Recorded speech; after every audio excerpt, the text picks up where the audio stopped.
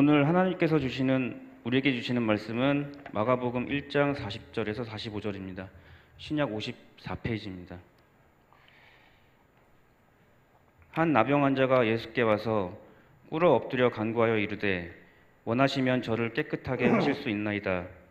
예수께서 불쌍히 여기사 손을 내밀어 그에게 대시며 이르시되 내가 원하오니 깨끗함을 받으라 하시니 곧 나병이 그 사람에게서 떠나가고 깨끗하여진지라. 곧 보내시며 엄히 경고하사 이르시되 삼가 아무에게 아무 말도 하지 말고 가서 내 몸을 제사장에게 보이고 내가 깨끗하게 되었으니 모세가 명한 것을 드려 그들에게 입증하라 하셨더라. 그러나 그 사람이 나가서 이 일을 많이 전파하여 널리 퍼지게 하니 그러므로 예수께서 다시는 드러나게 동네에 들어가지 못하시고 오직 바깥 한적한 곳에 계셨으나 사방에서 사람들이 그에게로 나아오더라. 아멘. 제가 어렸을 때 KBS 방송에서 전우라고 하는 그 연속극을 방영했습니다. 이 드라마가 처음 방영된 때가 1975년도였는데 텔레비전이 있는 집이 드물었습니다. 하지만 방영 시간이 되면 온 마을 사람들이 텔레비전이 있는 집에 모여서 시청할 정도로 인기가 높았습니다. 전우를 시청하고 난 다음 날이면 온 동네 아이들이 김 소대장과 소대원으로 변신해서 전쟁놀이를 했습니다. 지금도 희미하게 기억나는 김 소대장 역할을 맡았던 나시찬이라고 하는 배우와 그리고 강민호, 장항선 같은 배우들의 연기도 아주 명품이었지만 사실 나중에 알게 된 것은 그 시대에는 특수효과가 없었던 시절이라 전쟁터에서 쓰는 똑같은 탄환과 폭약을 촬영장에서 쓰면서, 그러니까 사실은 말이 촬영이지 전쟁을 똑같이 치르면서 그런 그 환경 속에서 김소대장과 소대원 역할을 연기했던 그 배우들이 보여준 그 실감나는 그 연기가 오랫동안 마음에 남습니다. 김소대장과 소대원들은 제가 나중에 이제 군에 가서 무기에 대해서 좀 알고 보니까 가지고 있는 그 무기라고 하는 것이 2차 세계대전 때 쓰던 카빈 소총과 M1 소총, 그리고 브라우닝 기관총, 바주카포가 전부였습니다. 당연히 대규모의 북괴군과 만나거나 탱크를 만나게 되면 밀릴 수밖에 없었습니다. 그럴 때마다 아마 드라마를 보신 분들은 기억나시겠지만 이 김 소대장이 하는 일이 있었습니다. 그것은 무전병이 메고 다니던 무전기로 화력을 지원하는 일을 요청하는 일이었습니다. 무전을 보내고 나면은 전투기가 날아와서 적군들에게 폭탄을 퍼부었습니다. 또한 포병부대에서는 포를 쏴서 적군들을 물리쳤습니다. 무전 한 통의 전세가 완전히 달라졌습니다. 무전기는 사실은 그거 자체로는 아무것도 할 수 없는, 무기라고 할 수 없는 도구였지만 김 소대장과 소대원들이 갖지 못한 힘을 불러오고 그들을 살리고 또 승리하게 하는 도구였습니다. 하나님의 백성, 하나님의 자녀인 우리에게도 무전기가 있습니다. 그 무전기는 바로 기도입니다. 세상을 살아가는 우리는 약합니다. 그래서 자꾸 넘어지고 다치고 쓰러집니다. 하지만 온 세상을 다스리시는 하나님의 권세가 강하고 그 권세는 항상 우리에게 있습니다. 앞서 얘기했던 전우라고 하는 드라마에 나오는 무전기는 고장날 때가 많았습니다. 또 총알에 맞으면 전혀 작동을 하지 않았습니다. 그래서 긴급한 상황에도 무전이 안 돼서 도움을 받지 못하고 발을 동동 구를 때가 있었습니다. 하지만 기도의 무전기는 절대 고장나는 법이 없습니다. 하나님은 항상 우리의 기도를 들으실 수 있고 그리고 들으십니다. 그리고 우리가 기도하는 순간 우리의 세미한 음성에도 불구하고 우리의 이야기에 귀를 기울이시고 들으시고 이해하시며 우리를 위해서 어떤 일을 하실지를 미리 알고 계신 그분께서 일하기 시작하십니다. 우리가 당하는 모든 고난과 환난을 아시고 지켜보시며 언제든지 우리를 도우시기 위해서 준비하고 계시기 때문입니다. 아무리 절망적인 상황에서도 우리는 기도할 수 있고 기도해야만 하는 이유가 누가복음 18장 28절에 나오는 예수님의 말씀에 있습니다. 그것은 바로 무릇 사람이 할 수 없는 것을 하나님은 하실 수 있다는 이 한 가지 사실입니다. 사람은 아무것도 할 수 없는 그 상황, 내가 이게 무엇을 할까? 살아가다 보면 그런 때가 있지 않습니까? 내 사랑하는 가족이 있고 사랑하는 자녀, 사랑하는 배우자, 정말 내 살이라도 베어서 떼어줄 만큼 전혀 그것이 아깝지 않고 아프지 않은 그런 사랑하는 사람이 있는데, 그런데 나는 아무것도 할 수 없다라고 생각하는, 그리고 실제로 할 수 있는 일이 없는 그런 상황이 우리를 찾아옵니다. 또 우리가 아무리 애써서 수고하고 삶을 바꿔보려고 노력하지만 우리가 아무것도 할 수 없다는 것을 깨닫게 되는 그런 절망스러운 순간이 우리를 찾아옵니다. 그것은 마치 장마철에 우리가 아무리 햇빛을 바라더라도 그 비 안에서 우산 없이 정말 그 비를 다 맞아야 되는 것처럼 어찌할 수 없는 그 순간인 것입니다. 하지만 사람이 할 수 없는 것을 하나님은 하실 수 있다라고 하는 예수님의 이 말씀이 우리의 삶에 있는 모든 문제를 해결할 열쇠를 우리에게 줍니다. 그러므로 사람이 기도하지 않는 첫 번째 이유는 시간이 없고 힘이 없어서가 아니라, 또 잠이 많아서가 아니라, 하나님은 무슨 일이든지 하실 수 있다는 믿음이 부족하기 때문입니다. 시편 50편 21절에서 시인은 하나님을 자신과 같은 줄로 생각하기 때문에 라고 얘기합니다. 사람들은 하나님과 자신을 같은 줄로 생각하기 때문에 기도하지 않는 것입니다. 내가 못하는데 하나님이라고 할 수 있으랴 생각하니까 기도하지 못하는 거죠. 만일 하나님은 다르고 나는 하지 못하지만 하나님 하실 수 있다는 것을 확신한다고 한다면 우리는 다른 사람들이 기도하지 말라고 말리고, 그리고 기도가 소용이 없다라고 우리를 설득한다 할지라도 우리는 깨어서 기도하고 그 기도의 열매를 구할 것입니다. 사람이 기도하지 않는 두 번째 이유는 하나님이 누구신지를 잘 알지 못하기 때문입니다. 교회에 다니면 하나님을 잘 아는 것 같지만 의외로 많은 교인들이 하나님이 누구신지를 잘 알지 못한 채 습관적으로 교회의 뜰을 받는 것을 신앙생활이라고 합니다. 하지만 본격적인 신앙생활은 하나님이 누구신지를 분명히 깨닫게 될 때부터 시작되는 것입니다. 하나님께서 자신에게 무엇을 원하시고 무엇을 해주시기를 원하시며 또 무엇을 해주실 수 있는지를 알게 되면 기도하지 말라고 하더라도 사람은 기도하게 됩니다. 그러면 하나님께서 우리에게 원하시는 것은 어떤 것입니까? 에레미야서 29장 11절에 하나님이 원하시는 내용이 무엇인지가 분명히 적혀 있습니다. 너희를 향한 나의 생각을 내가 아나니 평안이요 재앙이 아니라 너희에게 미래와 희망을 주는 것이니라. 너희를 향한 나의 생각을 내가 아나니 평안이요 재앙이 아니니라. 너희에게 미래와 희망을 주는 것이니라. 아멘. 아멘. 하나님은 분명히 우리에게 이야기하십니다. 나는 재앙을 주기를 원하는 것이 아니라 평안을 주기를 원한다. 너에게 절망과 낙심을 주기를 원하는 것이 아니라 미래와 희망을 주기를 원한다. 그런 하나님께서 여러분과 함께 하시고 여러분의 삶을 이끌어가고 계시다는 것을 바라보고 깨닫길 바랍니다. 하나님은 여러분에게 재앙과 절망 주기를 원하지 않으십니다. 여러분이 지금 재앙과 절망, 고통과 좌절을 겪고 있다 하더라도 이것이 하나님의 본심이나 하나님의 의도하신 일이 아니라 이것은 하나님의 은혜를 이루는 과정이자, 그리고 하나님의 은혜를 이루시는 방법이지 최종적인 결과가 아니라는 사실을 여러분은 기억하십시오. 하나님은 여러분에게 평안을 주시고 미래와 희망을 주기를 원하십니다. 그런데 이 모든 선한 것은 하나님을 믿고 기도하는 사람에게만 허락이 됩니다. 야고보서 1장 17절에 야고보 사도의 말씀처럼 온갖 좋은 은사와 온전한 선물이 다 위로부터 빛들의 아버지께로부터 내려옵니다. 모든 선한 것은 다 위에서 내려온다는 것입니다. 밑에서 솟아나거나 아니면 우리가 만드는 것이 없습니다.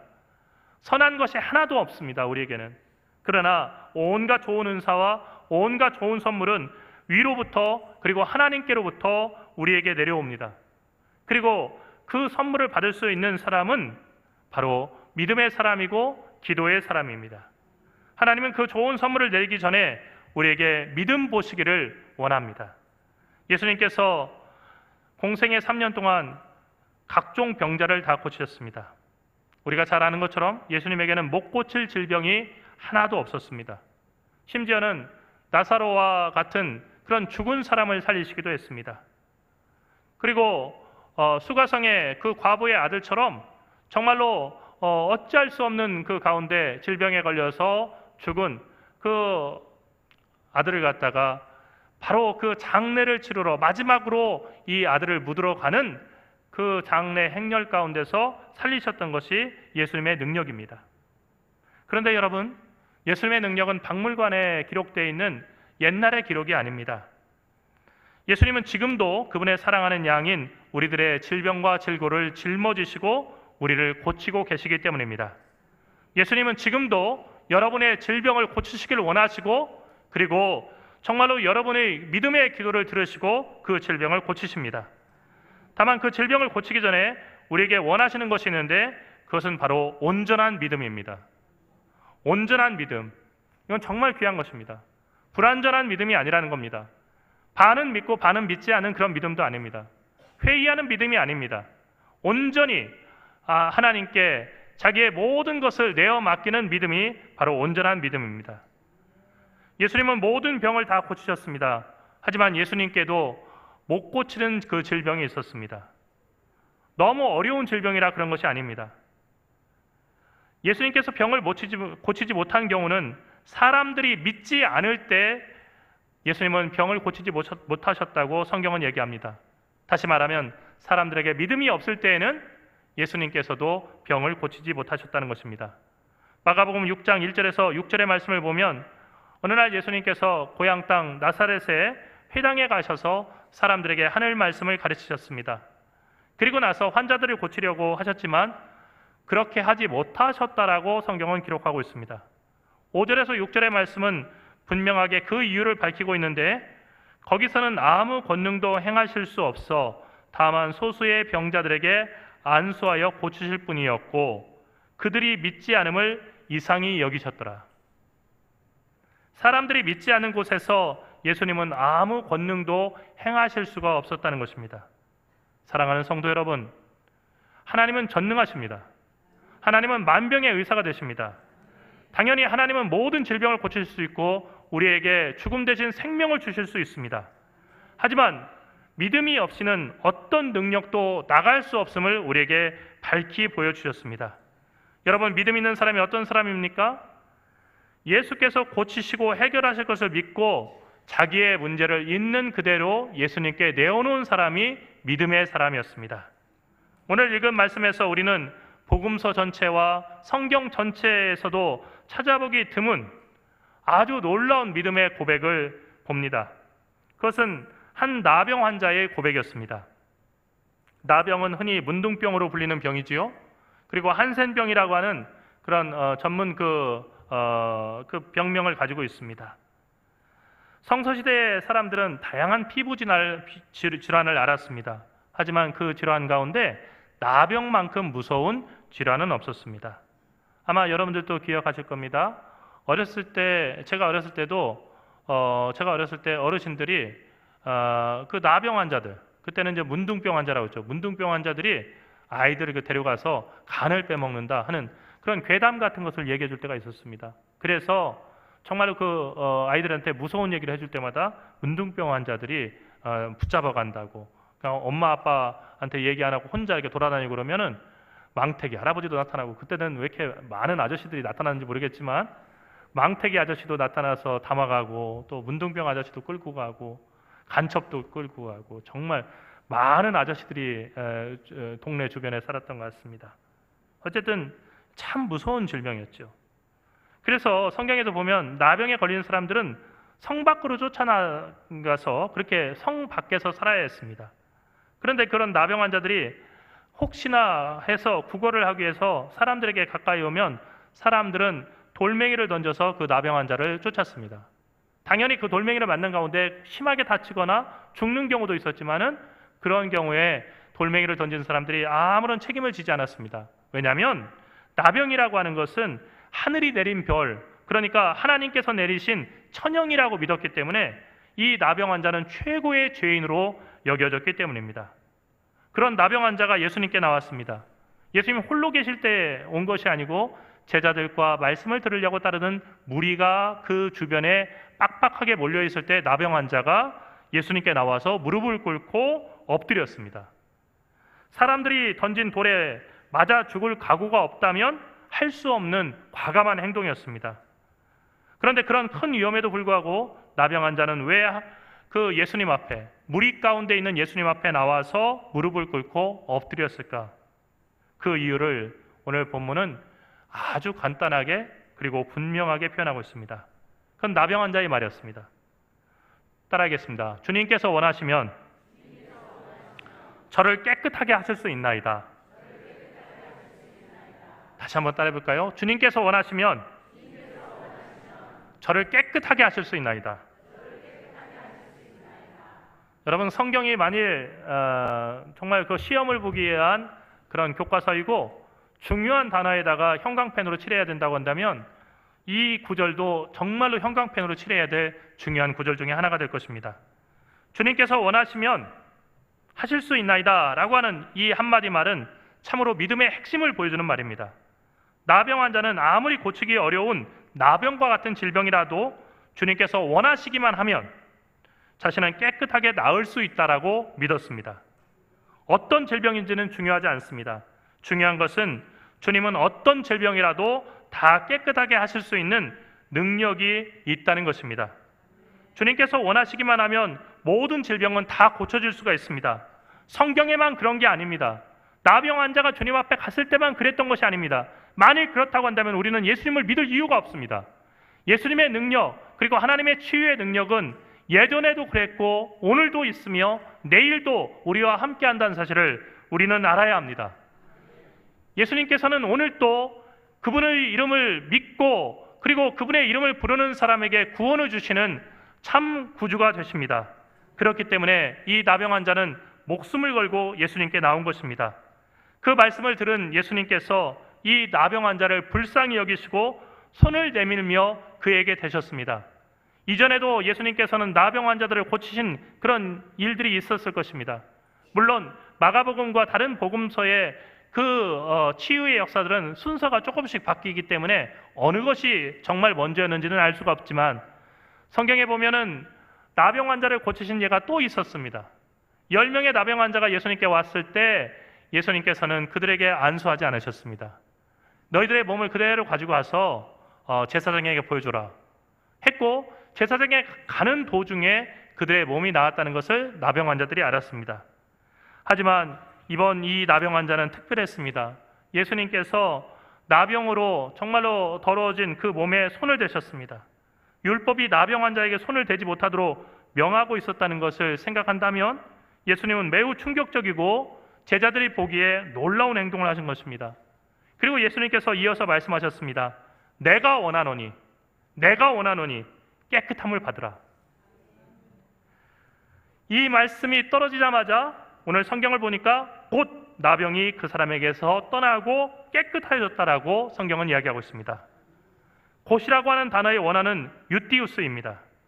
유티우스는 전혀 지체함이 없이 즉시라고 하는 말입니다. 여러분, 제가 가끔 마틴 루터의 그 독일어 성경에 대해서 소개를 해드립니다. 우리 구절에서 되게 모호한 것을 마틴 루터는 독일어로 아주 명확하게 잘 번역해 놓은 부분이 많고요. 이 번역이라고 하는 것이 단순히 헬라어, 히브리어를 안다고 되는 것이 아니라 신학적으로 정말 깊이가 있어야만이 제대로 번역할 수 있는 구절들이 있는데 마틴 루터는 대부분 잘했습니다. 정말로 놀라울 그 번역. 히브리어, 헬라어를 공부하고 성서학을 공부한 사람이라면 어떻게 이 시대에 이런 번역을 했을까 싶을 정도로 놀라운 번역들을 많이 남겨놨습니다. 그런데 이 구절의 하나는 정말로 마틴 루터의 번역이 조금 아쉽습니다. 왜냐하면 오늘 우리가 읽은 것처럼 곧 나병이 그 사람에게서 떠나가고 라고 하는 42절의 곧이라고 하는 그 단어를 이 마틴 루터는 알스발트라고 하는 그 단어로 표현했습니다. 알스발트라고 하는 것은 어떤 일이 일어났을 때 그것이 곧 이루어지긴 하는데 마치 그런 뭐와 같으냐면요, 내가 곧 한번 보러 갈게. 이거는 조금 더 있다가 갈 수도 있는 거잖아요. 뭐 지금 당장 간다는 얘기가 아니잖아요. 예. 근데 지금 당장 갈게. 이건 다른 거잖아요. 내가 지금 가고 있어. 이건 다른 거잖아요. 그런데 마틴 루터는 이 구절을 얘기하면서 곧이라고 한 단어를 알스발트라고 하는 단어로 표현했어요. 근데 독일어에는요, 조포르트라고 하는 다른 그런 표현이 있어요. 이건 조포르트는 정말 즉시예요. 이게 말이 떨어지기가 무섭게 바로 시행하는 거. 군인들이 상관이 명령해서 너 지금 당장 가서 고지를 점령해 하면 예, 고지 점령하겠습니다 하고 바로 이렇게 가는 것처럼 바로 즉시에 일어나는 단어를 쓰려면 조포르트를 써야 돼요. 그런데 다른 성경, 마틴 루터의 독일어 성경은 99.9% 정말 번역을 잘했는데 왜 이 구절에서는 이렇게 번역했을까 싶을 정도로 애매한 단어를 썼어요. 그러나 오늘 이 본문의 원문인 헬라어 성경에서는 유티우스라고 하는 그 단어로 예수님이 말씀하시는 그 순간에 모든 것이 지체함 없이 나병 환자의 나병이 떠나가고 그 사람이 깨끗해지고 건강해졌음을 성경은 이야기하고 있습니다. 이 모든 것은 따라하겠습니다. 주님이 원하셨기 때문에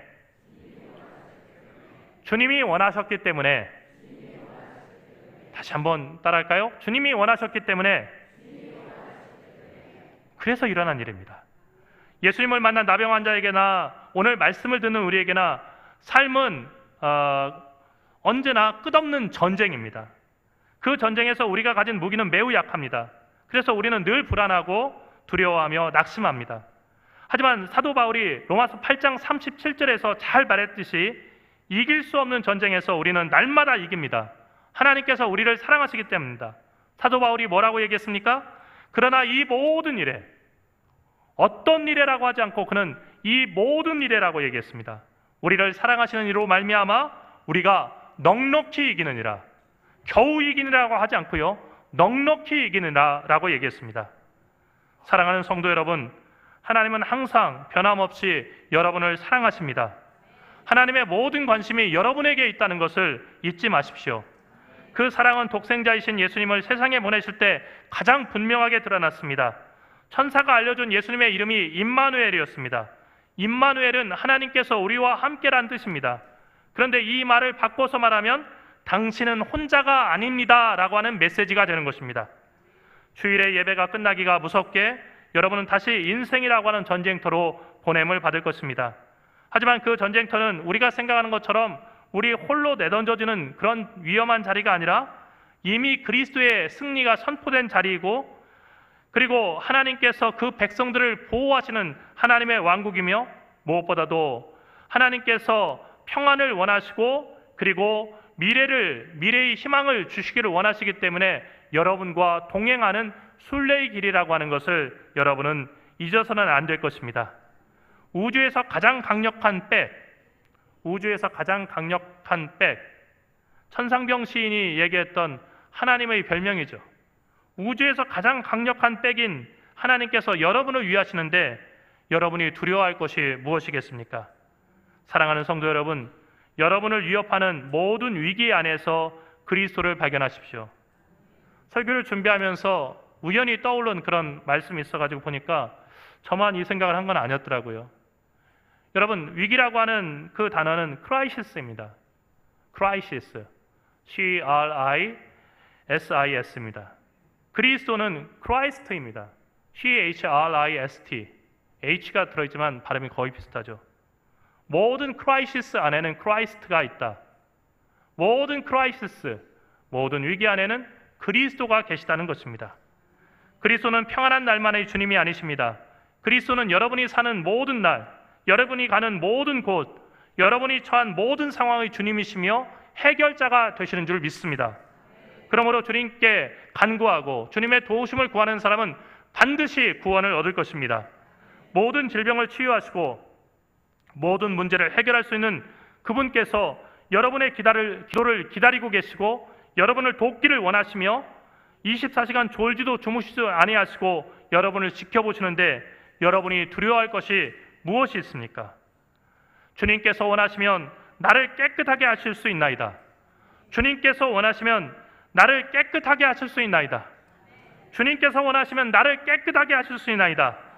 믿음이 흔들리고 기도할 용기가 나지 않을 때 나병 환자의 이 말을 기억하고 이 말씀을 부여잡고 기도하시기 바랍니다.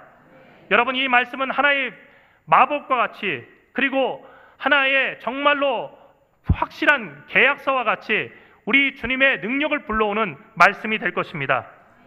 그리고 다시 일어나 주님께 기도하십시오. 구하십시오. 그러하면 반드시 얻을 것입니다. 찾으십시오. 그리하면 찾을 것입니다. 문을 두드리십시오. 그리하면 여러분 앞에 활짝 열릴 것입니다. 기도하겠습니다. 사랑하시는 주님, 주님께서